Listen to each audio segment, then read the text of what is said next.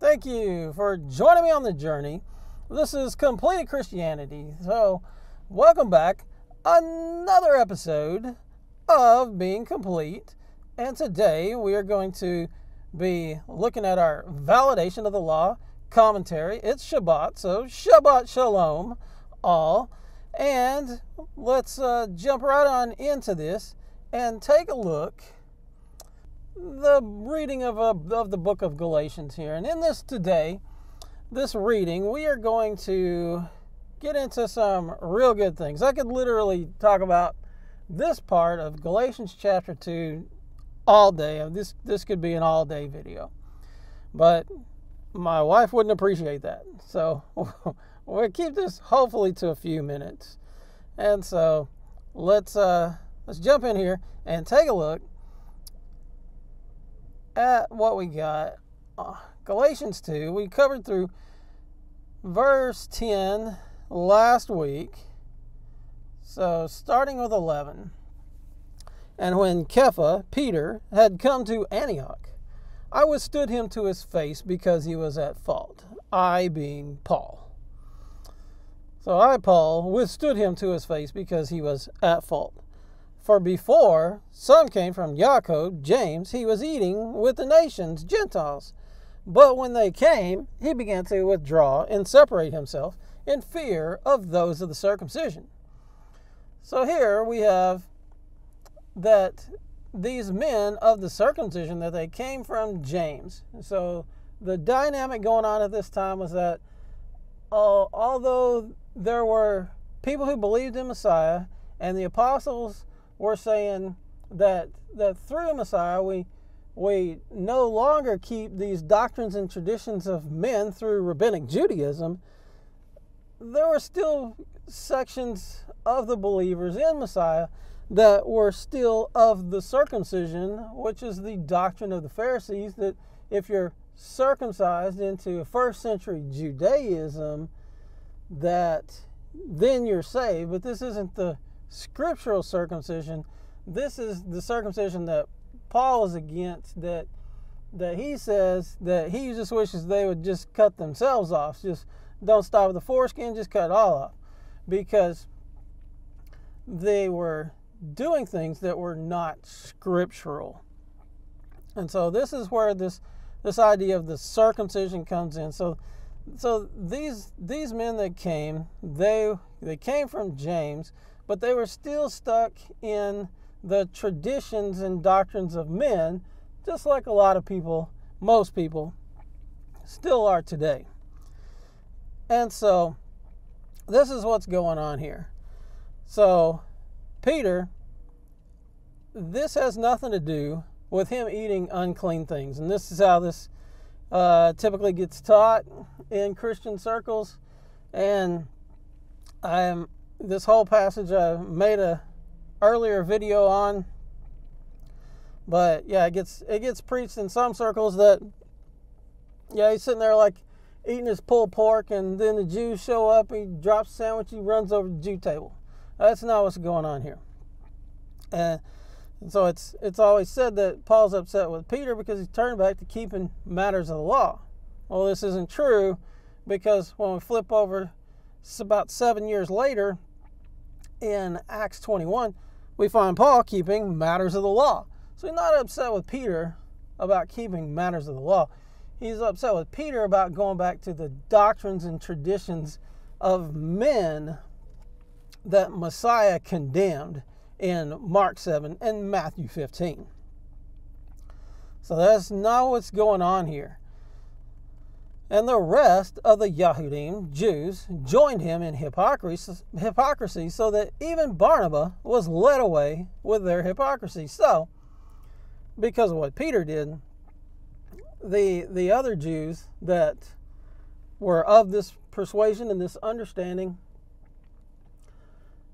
about being separated from the doctrines and traditions of men, then they were led away in their hypocrisy to turn back to doctrines and traditions of men. But when I saw that they are not walking straight according to the truth of the good news.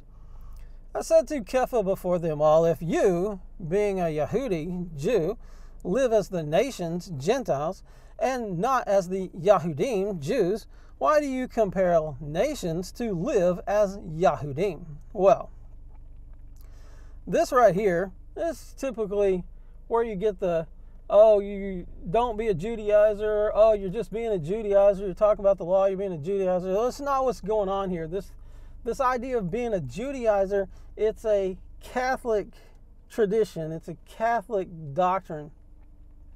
Because it was the Catholics that did away with the law, not the apostles. They did away with it because of their own anti-Semitism, because they did not want to appear Jewish. So, what's going on here, and if we change the terminology here a little bit, he says, it's saying if you, being a Yehudi, live as the Gentiles and not as the Yahudim who keep rabbinic traditions, why do you compel the nations to live as keeping rabbinic traditions? So this is what's going on here. It doesn't have anything with turning back to the law. Paul says that in Romans 7, he says that the law and the commandment is set apart and righteous and good. So he's not upset with Peter here over the law. He's upset with Peter here over doctrines and traditions of men. And that is what's going on right there. So if you, being a Jew, live as the Gentiles, meaning apart from the doctrines and traditions of the Jews, and not in the doctrines and traditions of the Jews, why do you compel the Gentiles to live in doctrines and traditions of Jews? And I mentioned in several other videos that that's what Christianity as a whole does today. They don't use the name that Yahweh gave to his people. They cancel his name, which is a violation of the third commandment. They cancel his name and replace it with what's likely a pagan title, with this Lord, and it's replaced in your Bible, in your scriptures, 6,823 times in the Tanakh, what's called the Old Testament. So it's replaced almost 7,000 times. Well, by inspiration, the name was put in there, and it says to call on that name, to call on that name, to look to that name, to say that name. And it was a doctrine and tradition of men of the rabbinical order, rabbinical takanot, that was changed, this law of ineffability, that it began to be called Lord instead of actually say the name. And so in this, Christianity adheres to this too. And they never use the name. They canceled the inspired name that the Spirit inspired into the text nearly 7,000 times. They canceled that name, used this likely pagan title, and just go along with this doctrine and tradition of men. So Christianity does what Paul's upset about here. They're going back to these rabbinic doctrines and traditions of men. We, Yahudim by nature, meaning Yahudim by the flesh, we, Yahudim by nature, and not of the nation's sinners, knowing that a man is not declared right by works of Torah, works of the law, but through belief in Yahshua Messiah. Even we have believed in Messiah Yahshua in order to be declared right by belief in Messiah and not by works of Torah, because by works of Torah no flesh shall be declared right.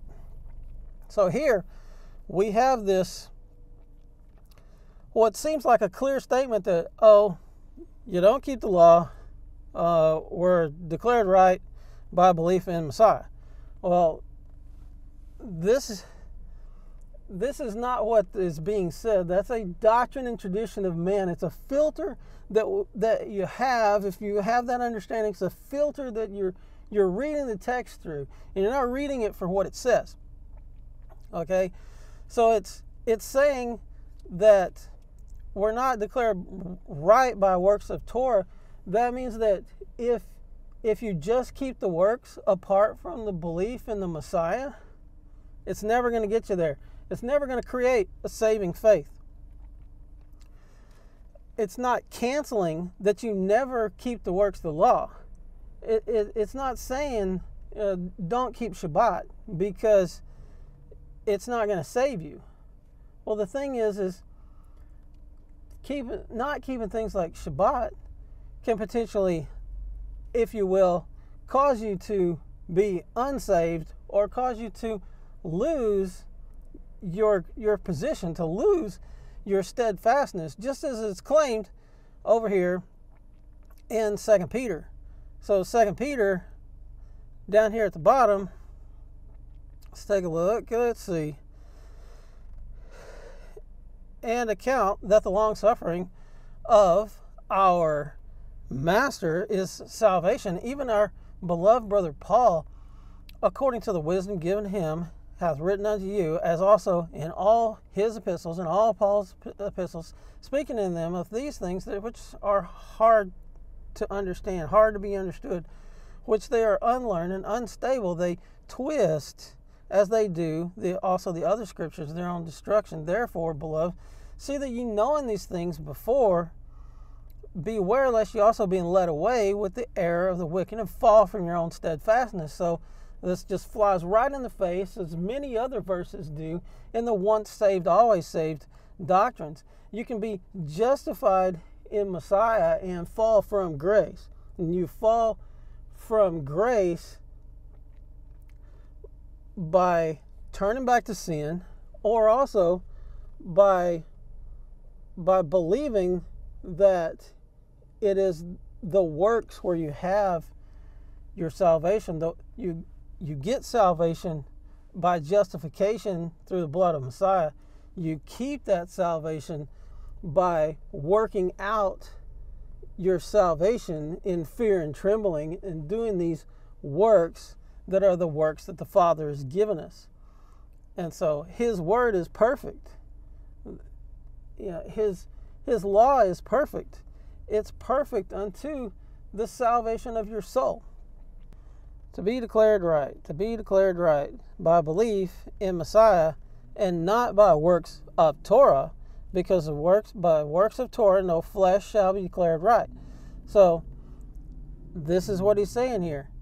Where by belief in Messiah we're declared right, but by works of the law you can't be declared right. You got to first be declared right in Messiah, and then you go on to keep all the ways of the Father.